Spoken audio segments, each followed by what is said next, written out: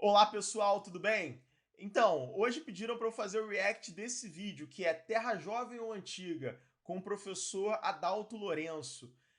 Eu fiz uma rápida pesquisa aqui e eu vi que o Adalto Lourenço ele é físico, teólogo, e ele tem mestrado e doutorado, se eu não me engano, em física também.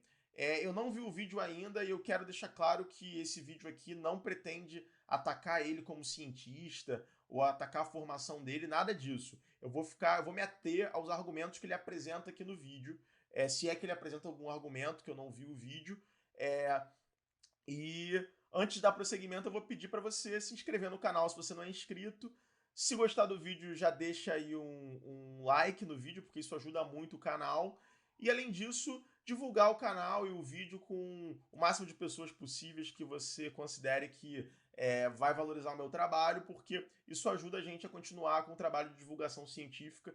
A gente não, porque só tem eu tocando o canal. Mas de qualquer forma, me ajuda a continuar com o canal funcionando e a trazer conteúdo para vocês sempre.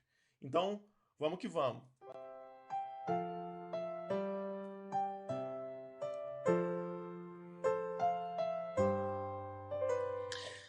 Então, o professor crê numa Terra jovem, é isso?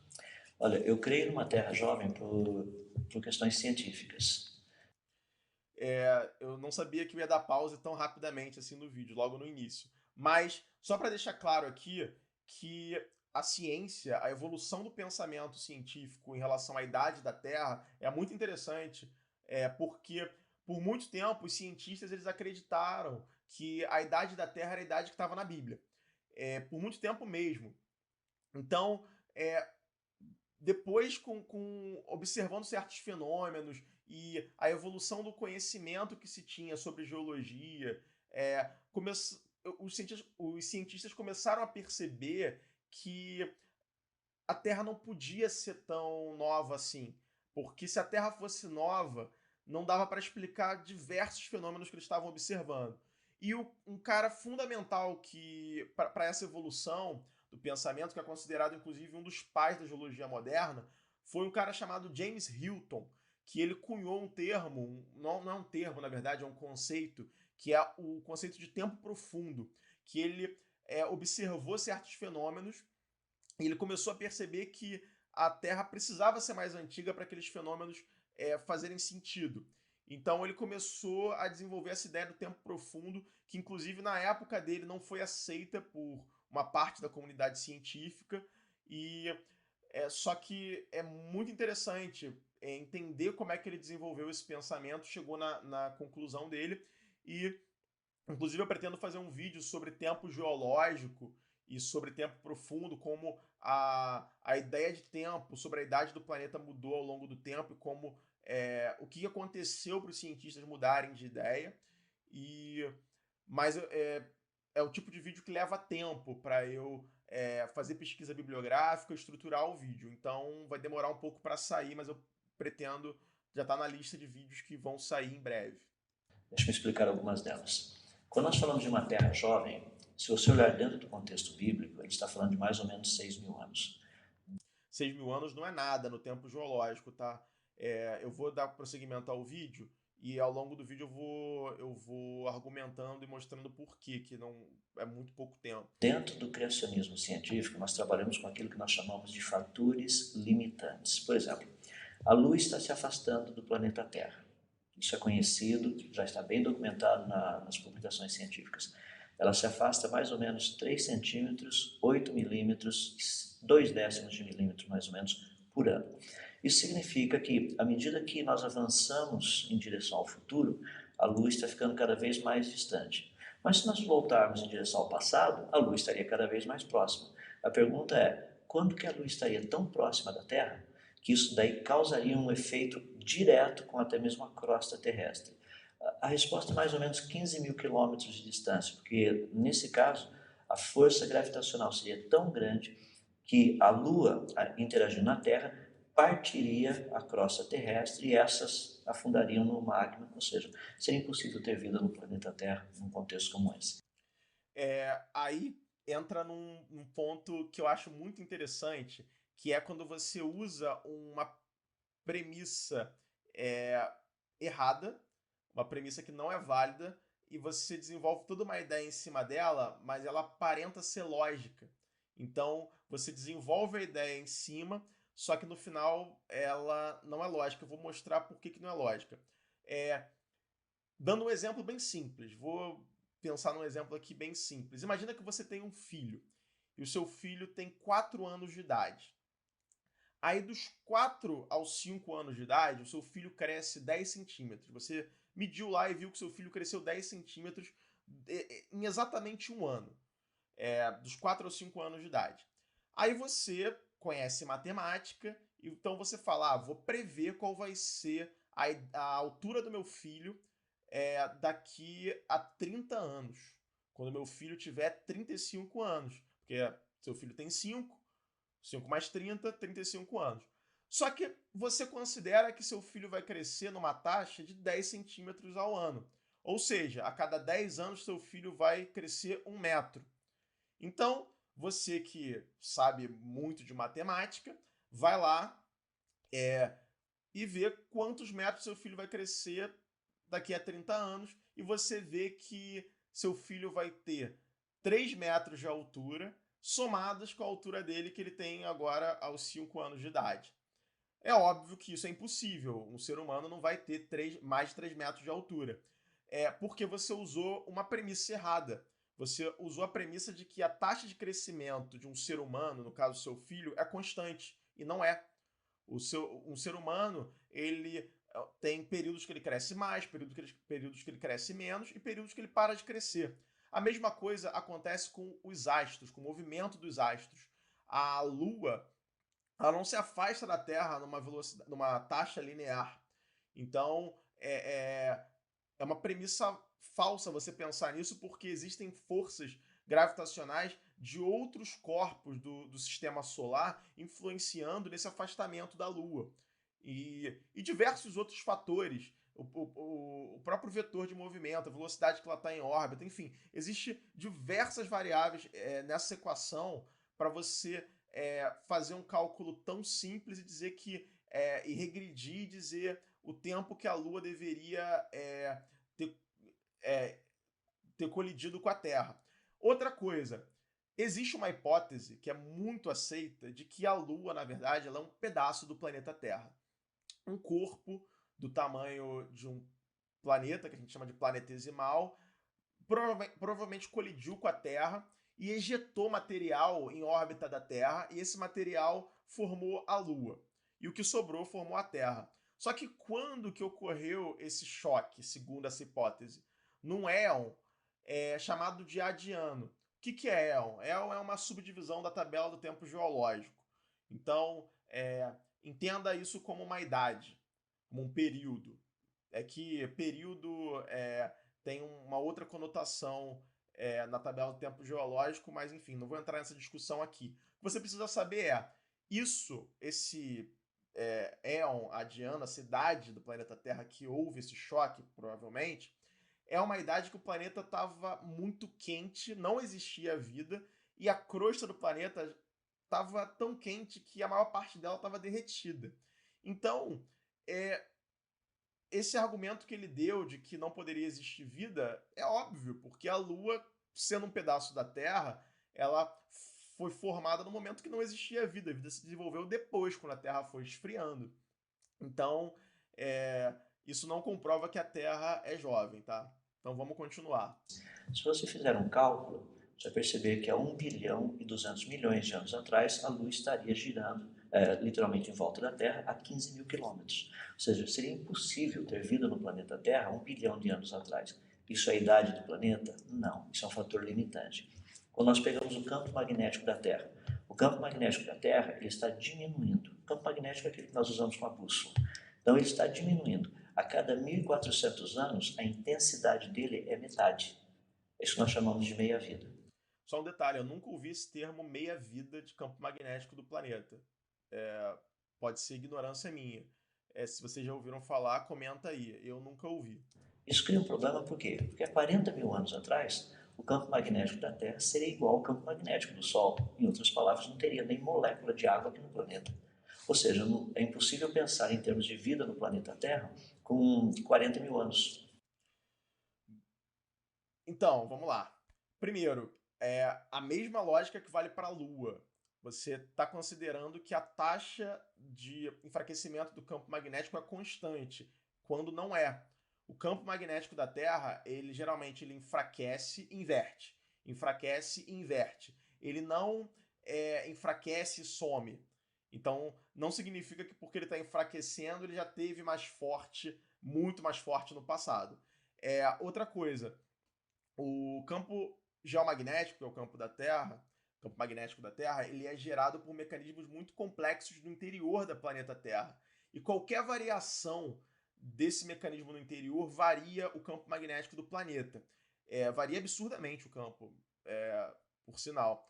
E a gente conhece muito pouco da intensidade do campo magnético no passado da Terra muito distante. A gente conhece muito mais a direção desse campo a partir de minerais que preservam a direção desse campo, são quase como bússolas fossilizadas que a gente consegue ver. Eu até fiz um vídeo sobre a origem do campo magnético da Terra, que eu vou deixar o link aqui, que eu falo um pouco sobre os mecanismos que geram esse campo magnético. Mas mais uma vez, a premissa não é válida de que o campo magnético teria que ser igual ao do Sol no passado. Não, isso não existe, não é linear o negócio.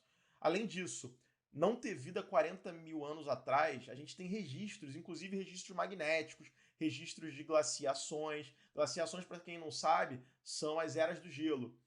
A gente tem registros, inclusive, de migrações humanas, de grupos humanos, de 40 mil anos atrás. 40 mil anos atrás não é nada no tempo geológico. Para um planeta que tem 4,6 bilhões de anos, mais ou menos, 40 mil anos não é nada. É menos do que um piscar de olhos. Tem um outro problema que talvez seja o mais sério de todos, é aquilo que nós chamamos de hélio faltante na atmosfera. Na crosta terrestre, nós temos alguns pequenos pedacinhos de rocha, que são os silicatos de zircônio, onde ali dentro, urânio, que foi preso na formação daquele pequeno cristal, ele vai se desintegrar em chumbo. Aí ele explicou certinho. Vou seguir o vídeo, mas ele explicou muito bem. Então, quando você pega um pedacinho de um silicato de zircônio, você encontra alguns átomos de chumbo ali dentro. Você sabe que para cada átomo de chumbo, uma quantidade de hélio se formou no processo de desintegração atômica. Então, nós precisamos medir quanto de chumbo tem lá dentro, eu sei quanto de hélio tem ali dentro, e se eu conseguir medir quão rápido esse hélio consegue escapar até chegar na nossa atmosfera, eu tenho todos os fatores.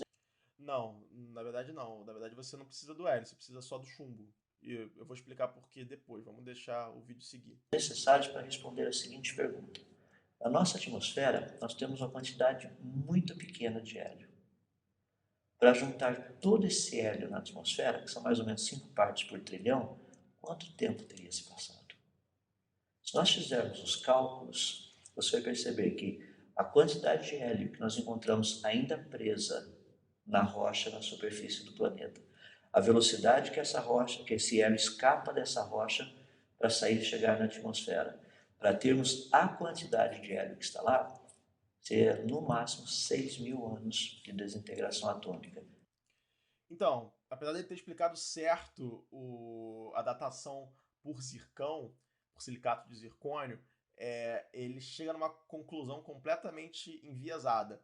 Porque é o seguinte: primeiro, o hélio que tem na atmosfera do planeta a atmosfera do planeta ela tem menos hélio do que deveria, porque a atmosfera do planeta vaza para o espaço. Vaza muito pouquinho. Só que quais são os gases que a atmosfera da Terra mais perde para o espaço? Hidrogênio e hélio, que são gases muito leves. Então, não faz sentido você medir a quantidade de um gás na atmosfera que está vazando e falar assim, está faltando esse gás que está vazando na atmosfera, então por isso a datação está errada. Não, sabe por que não faz sentido? Porque você tem o chumbo lá no cristal de zircão. E esse chumbo no cristal de zircão, ele não vaza na atmosfera e ele nem é removido do cristal de zircão por água ou por outro fator. Então, esse é o elemento fixo. Por quê?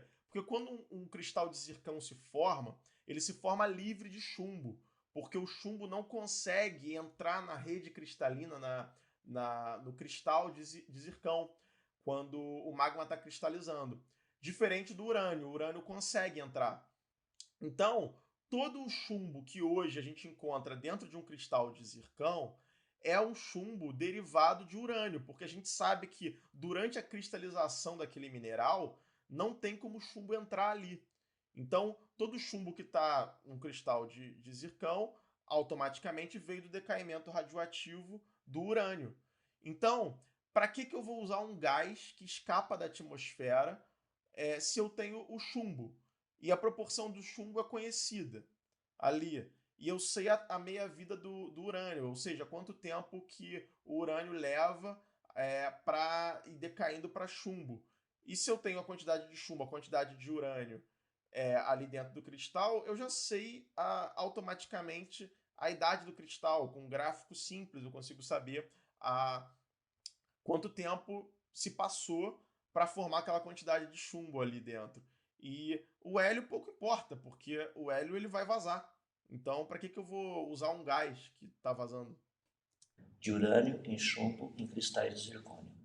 Isso cria um problema muito sério. Por quê? O problema é que se a Terra tivesse bilhões de anos, teríamos que ter muito mais hélio na atmosfera do que o que nós temos. Então, crer numa Terra jovem não significa crer exclusivamente na Bíblia. Existem evidências que o planeta Terra é jovem.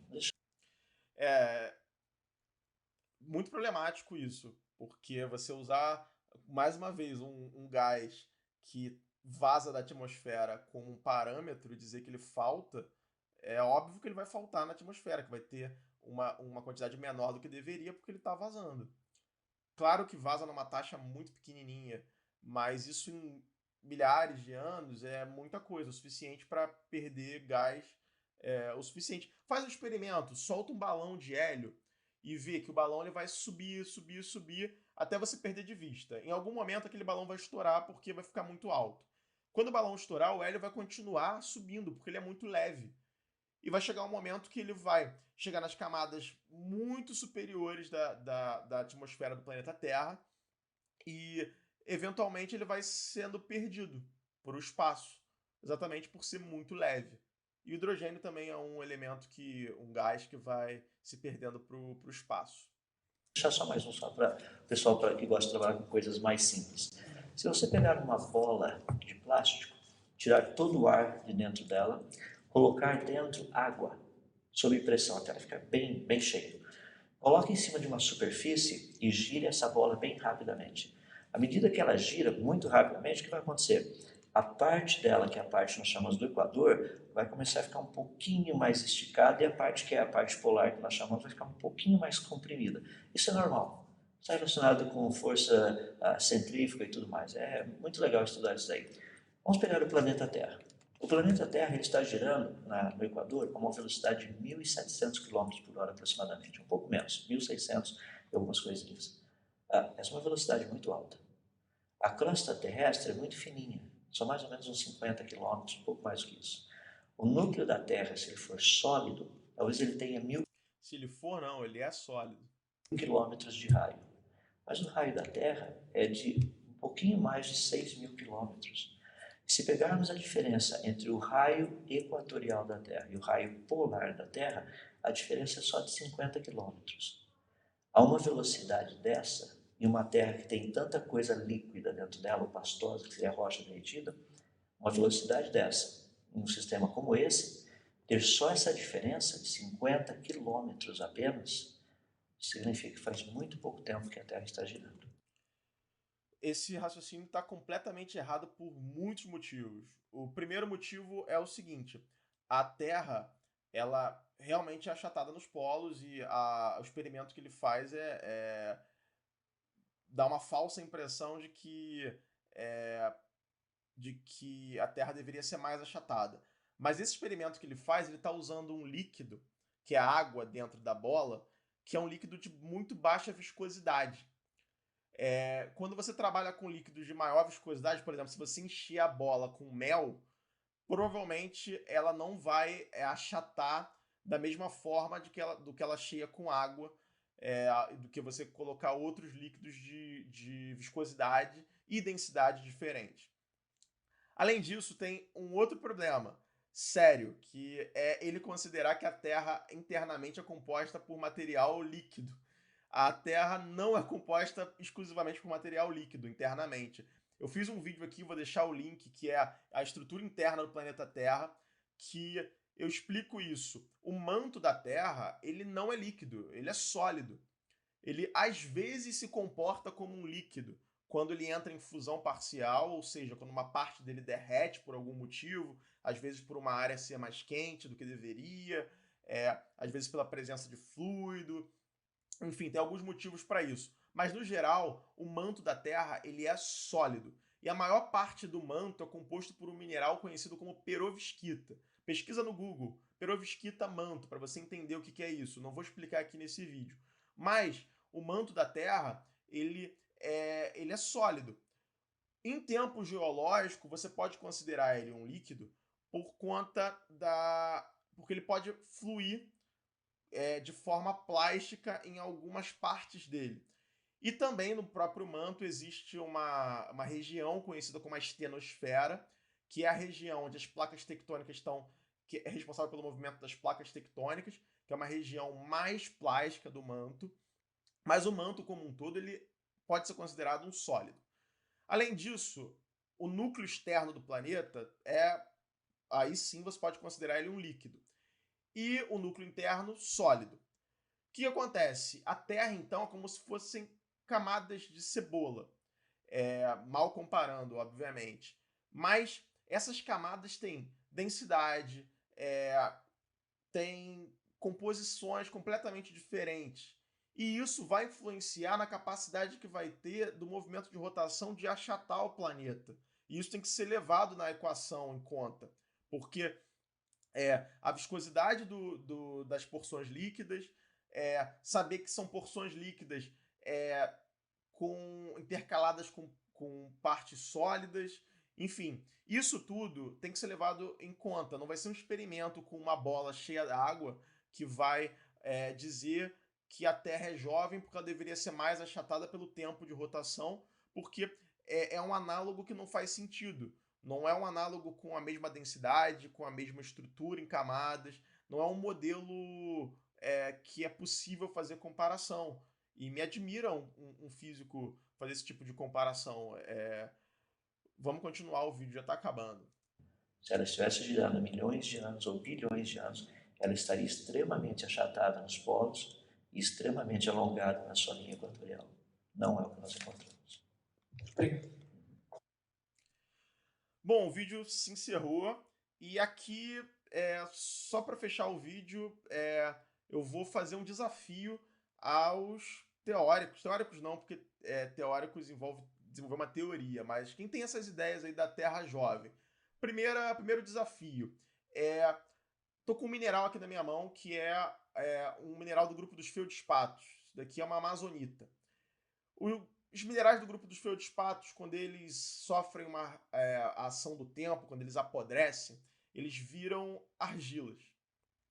Então, meu desafio você consegue ver um mineral desse virando argila no tempo de vida de um humano? E eu já te dou a resposta, não. Se o seu bisavô tivesse colocado dentro de um lago esse pedaço aqui de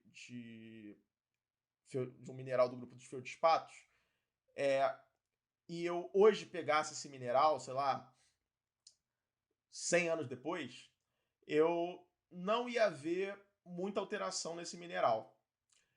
Só que toda a argila que tem no planeta Terra foi gerada a partir de processos de reações de intemperismo. Ou seja, o que é isso?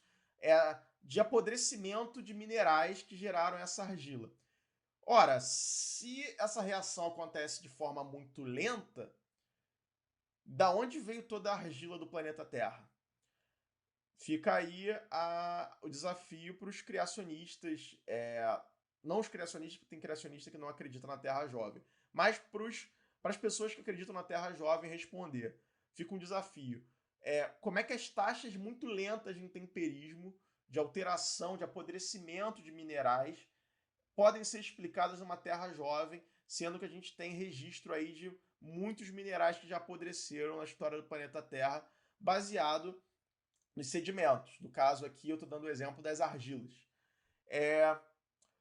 E antes de encerrar o vídeo, vou pedir mais uma vez para você se inscrever no canal. Se você gostou do vídeo, por favor, compartilhe o vídeo, curta o vídeo, comente também, porque é muito importante. O YouTube entende que o vídeo é relevante quanto mais a audiência interage com o vídeo. Além disso, o meu canal não é monetizado ainda porque ele é pequeno, então eu peço a sua ajuda para ajudar o canal a crescer e que eu, consequentemente, possa monetizar o canal e tornar cada vez mais viável o meu trabalho de divulgação científica aqui no YouTube.